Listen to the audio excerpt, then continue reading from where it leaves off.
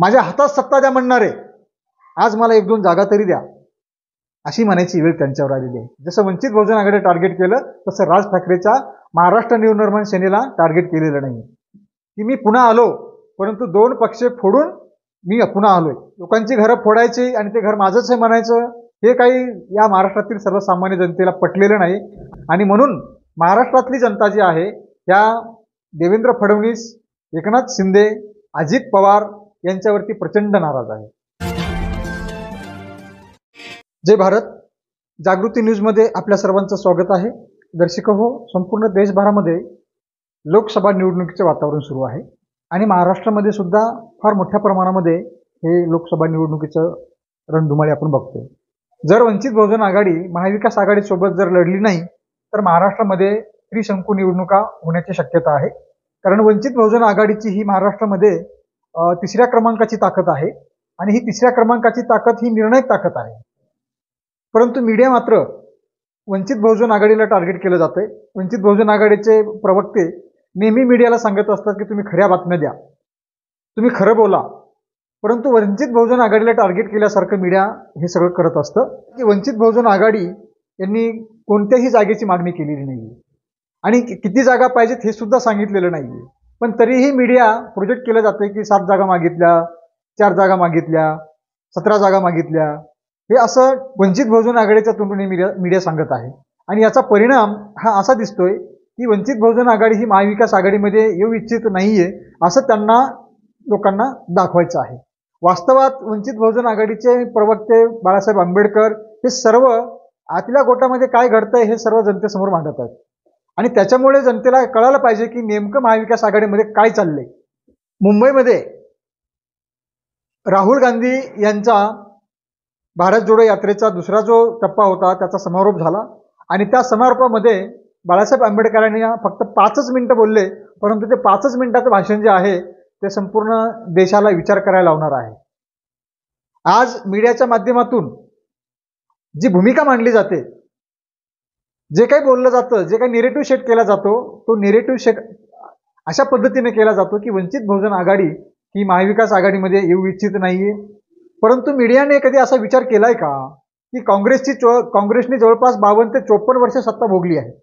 या 52 ते 54 वर्षाच्या कालावधीमध्ये काँग्रेसने भारतीय संविधानाची किती अंमलबजावणी केली, भारतीय संविधानाची जागृती करण्यासाठी काय केलं. आत्ता म्हणलं जाते की भारतीय संविधान टिकलं पाहिजे, त्याला टिकवण्यासाठी रस्त्यावरती उतरलं पाहिजे, त्याला टिकवण्यासाठी आता बीजेपी हटली पाहिजे. परंतु जेव्हा बीजेपी सत्तेत असताना भारतीय संविधानाचा सुवर्ण महोत्सव चालू होता आणि त्या काळामध्ये बीजेपीने एक सुद्धा कार्यक्रम घेतला नाही. परंतु त्याच काळामध्ये ज्या ज्या राज्यामध्ये काँग्रेसचं सरकार होतं त्या राज्यामध्ये सुद्धा काँग्रेसने काय केलं, भारतीय संविधानाचा महोत्सव साजरा केला का. तुम्ही बघू शकता की ज्या महाराष्ट्रामध्ये काँग्रेसची सत्ता होती, महाराष्ट्रामध्ये काँग्रेसने काय केलं, भारतीय संविधानाचा सुवर्ण महोत्सव होता त्यावेळेला. तर हे काँग्रेस आणि बीजेपी हे 2 राष्ट्रीय पक्ष आहेत आणि ते दोन्ही राष्ट्रीय पक्ष हे बहुजनांच्या हिताचे नाही आहेत. हे दोन्ही राष्ट्रीय पक्ष हे ब्राह्मणी व्यवस्थेला पूरक आहेत असं नेहमी म्हटलं जातं. एक सापनाक आहे तर दुसरा नागनाथ आहे. परंतु नेहमी असं भासवलं जातं की सत्तेमध्ये काँग्रेस असली पाहिजे आणि विरोधी पक्ष बीजेपी असला पाहिजे. महाराष्ट्रापुरता विचार जर केला आपण तर आता सत्तेमध्ये बीजेपी आहे आणि विरोधी पक्ष म्हणून काँग्रेस आहे, राष्ट्रवादी आहे, शिवसेना आहे. परंतु खऱ्या अर्थानं विरोधी पक्षाची भूमिका जर कोणी निभावत असेल तर ती वंचित बहुजन आघाडी निभावते. समस्यावर, अन्याय अत्याचारावर रस्त्यावर उतरणारी वंचित बहुजन आघाडी आहे. आणि वंचित बहुजन आघाडीने आता सर्व जाती धर्मामध्ये आपलं अस्तित्व निर्माण केलेलं आहे, आपली ओळख निर्माण केलेली आहे. सगळे लोक आज वंचित बहुजन आघाडीला मानायला तयार झालेले आहेत. कारण वंचित बहुजन आघाडीचे राष्ट्रीय अध्यक्ष ॲडव्होकेट बाळासाहेब आंबेडकर हे रोखठोक निर्भीड अशी भूमिका मांडताना आपण बघतोय आणि त्याच्यामुळे त्यांची भूमिका ही सर्वसामान्य लोकांना पटायला लागलेली आहे. आपण बघत असाल की महाराष्ट्रामध्ये जे वातावरण आहे ते आता पूर्णपणे राजकीय वातावरण गढूळ झालेलं आहे. देवेंद्र फडणवीस जे राज्याचे उपमुख्यमंत्री आहेत आणि गृहमंत्री सुद्धा आहेत, त्यांनी स्पष्ट सांगितलेलं आहे की मी पुन्हा आलो, परंतु 2 पक्ष फोडून मी पुन्हा आलोय. म्हणजे याचा अर्थ की महाराष्ट्रामध्ये तोडाफोडा आणि राज्य करा अशा पद्धतीची नीती ही भाजपने अवलंबिलेली आहे. आज आपण बघतोय की राष्ट्रवादीचे अजित पवार हे बीजेपी सोबत गेलेत. बीजेपी सोबत गेल्यानंतर ते म्हणतात की मला विकास करायचा आहे, विकासासाठी गेलोय मी. काही गोष्ट खरी असेल का बरं? विकास करायला तुम्हाला राष्ट्रवादीमध्ये कोणी बंदी घातली होती? विकास करण्यासाठी राष्ट्रवादीमध्ये तुम्हाला कोण अडवालं होतं? परंतु हा विकास नाही, हे विकासाच्या नावाखाली स्वतःला वाचवण्यासाठी ते गेलेले आहेत. आता आपण बघतोय की आज आपचे राष्ट्रीय अध्यक्ष आणि दिल्लीचे मुख्यमंत्री अरविंद केजरीवाल यांना ईडीने अटक केली आहे. म्हणजे हे ईडीची भीती दाखवून ह्या निवडणुका लढविल्या जात आहेत आणि ईडीच्या आडून हे भयभीत वातावरण केलं जात आहे. ज्या लोकांना ईडीची भीती आहे ते लोक फक्त नाव जरी घेतलं तरी बीजेपीमध्ये येताना बघतोय आपण. आणि सर्वसामान्य लोक जे आहेत, तुम्ही बघितलं असेल की एकनाथ शिंदे यांनी उद्धव ठाकरे यांची शिवसेना फोडली आणि ते आता म्हणतात की ती शिवसेना माझी आहे. म्हणजे लोकांची घरं फोडायची आणि ते घर माझंच आहे म्हणायचं, हे काही या महाराष्ट्रातील सर्वसामान्य जनतेला पटलेलं नाही. आणि म्हणून महाराष्ट्रातली जनता जी आहे त्या देवेंद्र फडणवीस, एकनाथ शिंदे, अजित पवार यांच्यावरती प्रचंड नाराज आहे. आणि महाराष्ट्रातलं जर एकंदरीत चित्र जर बघितलं आपण तर राष्ट्रवादी त्या 2 शकला झालेल्या आहेत, शिवसेनेच्या 2 शकला झालेल्या आहेत आणि त्याच्यामुळे शिवसेनेची ताकद, राष्ट्रवादीची ताकद ही विभागली गेली आहे. आणि त्याच्यामुळे आता या उद्धव ठाकरे यांच्या शिवसेनेची आणि शरद पवार यांच्या राष्ट्रवादीची ताकद ही फार मोठी आहे असं आपल्याला म्हणता येत नाही. कारण त्यांच्या बरोबरीची ताकद ही आता वंचित बहुजन आघाडीची आहे. त्यांच्या सभा तुम्ही आजही बघू शकता तुम्ही की काँग्रेसला, शिवसेनेला, राष्ट्रवादीला लोक हे पैसे देऊन आणावे लागतात. हे आतापर्यंतचा इतिहास आहे. आजही कुठल्या सभेला जर बघत असाल तुम्ही तर त्यांना पैसे देऊन लोक आणावे लागतात. ही परिस्थिती आहे, हे कोणी नाकारू शकत नाही. परंतु वंचित बहुजन आघाडीची जर तुम्ही सभा बघितली तर लोक स्वतः पैसे देऊन, म्हणजे वंचित बहुजन आघाडीला डोनेशन देऊन आपला डब्बा घेऊन ते त्या सभेला येताना आपण बघतोय. भारतीय जनता पार्टी म्हणजे भाजप तर पूर्णपणे त्यांना पैसे देऊनच लोक आणावे लागतात. प्रत्येक सभा संपल्यानंतर त्यांचे जे ठेकेदार असतात त्या ठेकेदारांसोबत या आलेल्या जनतेचा वाद होतो पैसे देण्यावरून, पैसे देणे घेण्यावरून. आणि अनेक ठिकाणी आता लोक त्यांच्या सभेला सुद्धा येताना दिसत नाहीत, त्यांच्या खुर्च्या खाली आपल्याला बघायला मिळतात.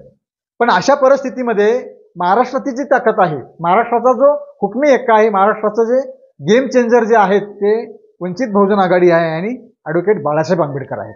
हे आपल्याला नाकारता येणार नाही. आणि वंचित बहुजन आघाडी महाविकास आघाडीसोबत लढली पाहिजे ही सर्वांची इच्छा आहे. परंतु काँग्रेस बदमाशी करताना आपल्याला दिसते. शिवसेनेने वंचित बहुजन आघाडीसाठी 2 जागा सोडल्यात. राष्ट्रवादी, शरद पवार यांच्या राष्ट्रवादीने 2 जागा वंचित बहुजन आघाडीसाठी सोडलेल्या आहेत. परंतु अद्याप एकही जागा ही काँग्रेसनी वंचित बहुजन आघाडीसाठी सोडलेली नाही आणि काँग्रेसच या महाविकास आघाडीमध्ये बिघाडी करताना आपण बघतोय. कारण नाना पटोले यांची भूमिका जी आहे ही दोलायमान आहे. नाना पटोलेची यांची भूमिका ही ठोस नाहीये आणि त्याच्यामुळे महाराष्ट्रामध्ये काँग्रेसची जी ताकद आहे, नाना पटोले जेव्हापासून अध्यक्ष झाले तेव्हापासून वाढलेली नाही, ही वस्तुस्थिती आहे. त्याच्यामुळे महाराष्ट्रामध्ये काँग्रेसची फार मोठी ताकद आहे आणि त्यामुळे काँग्रेसनं अशा अडमुट्या भूमिका घ्याव्यात आणि स्वबळावर लढण्यासारखी भूमिका घ्यावी, हे काही काँग्रेसला परवडणार नाही. आणि म्हणून बाळासाहेबांनी आता महाराष्ट्रातल्या कुठल्याही नेत्याशी संबंध न ठेवता काँग्रेसचे राष्ट्रीय अध्यक्ष मल्लिकार्जुन खरगे यांच्यासोबत पत्रव्यवहार केलेला आहे. आता हा पत्रव्यवहारावरही लोकांना आक्षेप आहे. हा पत्रव्यवहार बाळासाहेबांनी कशासाठी केला तर त्यांना महाविकास आघाडीसोबत युती करायची नाही म्हणून. हे कुठलंही लॉजिक लावून हे लोक वंचित बहुजन आघाडीला बदनाम करायचा प्रयत्न करताना आपण बघतोय. आपण बघितलं असेल की परवाच राज ठाकरे हे बीजेपी सोबत जातील आणि ते जाण्यासाठी ते दिल्लीला गेले होते आणि त्यांनी दिल्लीमध्ये जाऊन 2 जागा मागितल्या, असे एकंदरीत चित्र आपल्याला मीडियामधून बघायला मिळते. परंतु राज ठाकरेंचा दिल्लीमध्ये किती मोठा अपमान झाला. राज ठाकरे यांना गेलेल्या दिवशी भेट नाकारली, दुसऱ्या दिवशी ते भेटले आणि त्यांना सांगितलं की तुम्ही महाराष्ट्रामध्ये जा, देवेंद्र फडणवीस महाराष्ट्राचाच निर्णय घेतला जाईल, माझ्या हातात सत्ता द्या म्हणणारे, आज मला 1-2 जागा तरी द्या, अशी म्हणायची वेळ त्यांच्यावर आलेली आहे. परंतु एकाही मीडियाने राज ठाकरेला जसं वंचित बहुजन आघाडी टार्गेट केलं तसं राज ठाकरेच्या महाराष्ट्र नवनिर्माण सेनेला टार्गेट केलेलं नाही. पुण्यामध्ये आपण बघितलं असेल की वसंत मोरेच्या माध्यमातून महाराष्ट्र नवनिर्माण सेनेची ताकद अर्ध्यापेक्षा जास्त कमी झालेली आहे. त्याच्यावर कोणी चर्चा करताना दिसत नाही. म्हणजे तुम्हाला महाराष्ट्रामध्ये नव्हे तर देशभरामध्ये काँग्रेस आणि बीजेपी सोडून जर तिसरा पर्याय कुठे निर्माण होत असेल तर सगळे लोक त्या तिसऱ्या पर्यायाच्या पाठीमागं लागताना आपण बघतोय. महाराष्ट्रामध्ये तिसरा पर्याय निर्माण झालेला आहे. महाराष्ट्रातल्या जनतेला आता वंचित बहुजन आघाडीच्या माध्यमातून एक नवा पर्याय निर्माण झालेला आहे. हा नवा पर्याय हा प्रस्थापित लोकांना मान्य नाही. मग ते त्याच्यामध्ये मीडिया असेल, मीडियातले आपण बघितलं असेल की निखिल वागळे हे मी स्वतः आंबेडकरी या विचारांचा आहे म्हणतात, पुरोगामी विचारांचा आहे म्हणतात, परंतु जेव्हा निर्णायक भूमिका घेण्याची वेळ येते तेव्हा ते पलटी मारतात. खऱ्या अर्थानं निखिल वागळे यांनी महाराष्ट्रामध्ये जो बहुजनांचा तिसरा पर्याय निर्माण होत आहे त्याला ताकद द्या असं जनतेला आवाहन करायला पाहिजे होतं. परंतु निखिल वागळे हे सुपारी घेतल्यासारखं, काँग्रेसची सुपारी घेतल्यासारखं ते वंचित बहुजन आघाडीला टार्गेट करताना आपण बघताय. त्याचबरोबर अनेक पत्रकार आहेत वंचित बहुजन आघाडीच्या निर्णयावर, त्यांनी घेतलेल्या भूमिकेवर जाणीवपूर्वक आक्षेप घेतात, जाणीवपूर्वक जनतेमध्ये संभ्रम निर्माण करतात आणि वंचित बहुजन आघाडी कशी ही आडमुठे धोरण घेत आहे, कशा पद्धतीने आडमुठपणा करत आहे हे सांगण्याचा प्रयत्न करत आहेत.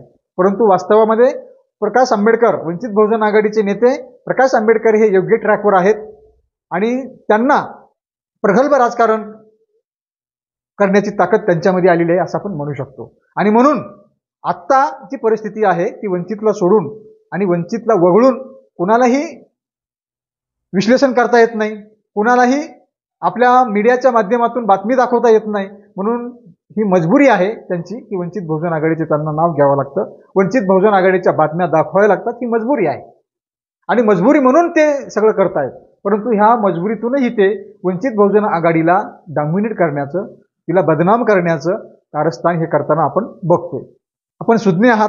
काही लोक सांगतायत की वंचित बहुजन आघाडी हा एका जातीपुरता मर्यादित पक्ष आहे. परंतु दर्शक हो, हा वंचित बहुजन आघाडी हा आता एका जातीपुरता राहिलेला नाहीये. यामध्ये सर्व जाती धर्माचे लोक काम करताना बघतोय आपण. पदाधिकारी वेगवेगळ्या जाती धर्माचे आहेत. त्याच्यामुळे वंचित बहुजन आघाडीला जातीपुरता पक्ष म्हणून लिमिटेड करण्याचं, त्यांना संकुचित करण्याचं काम हे इथली मीडिया करताना आपण बघतोय.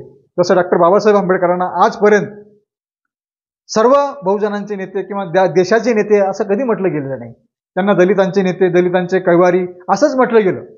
आणि तीच भूमिका ही वंचित बहुजन आघाडीचे ॲडव्होकेट बाळासाहेब आंबेडकर यांच्याबाबत हा मीडिया घेताना आपण बघतोय.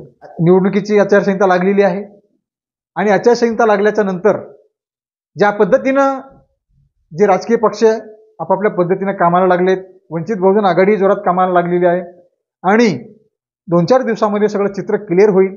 कोण कोणासोबत आहे, कोणाच्या जागा किती आहेत, कोण सोबत लढणार आहे, कोण कुणाला सोडून लढणार आहे, हे सगळं आपण येत्या काही दिवसामध्ये बघणार आहोत.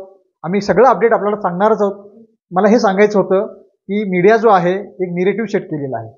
मीडियाने हा निरेटिव्ह सेट केलेला आहे की या महाराष्ट्रामध्ये भाजप प्रणित महाआघाडी आणि काँग्रेस प्रणित महाविकास आघाडी हे दोनच फक्त राजकीय रिंगणामध्ये आहेत आणि त्याच्यामुळे ही जी निवडणूक आहे ही या दोघांमध्येच लढत होईल असं चित्र रंगवलं जाते. परंतु मित्रांनो, हे सगळा निरेटिव्ह सेट करण्याचा प्रोग्राम आहे, हा निरेटिव्ह सेट करण्याचं षडयंत्र आहे. असं चित्र नाही. महाराष्ट्रामध्ये कुणालाही वंचितला वगळून कुठलाच निर्णय घेता येणार नाही, वंचितला वगळून कुणाला भाष्यसुद्धा करता येणार नाही, अशी एवढी ताकद वंचितने निर्माण केलेली आहे. त्यामुळे हे वास्तव आहे, हे वास्तव सांगण्याचा प्रयत्न केला आम्ही. नेहमी अपडेट तुम्हाला देतच राहू. तुर्तास एवढेच. जय भारत.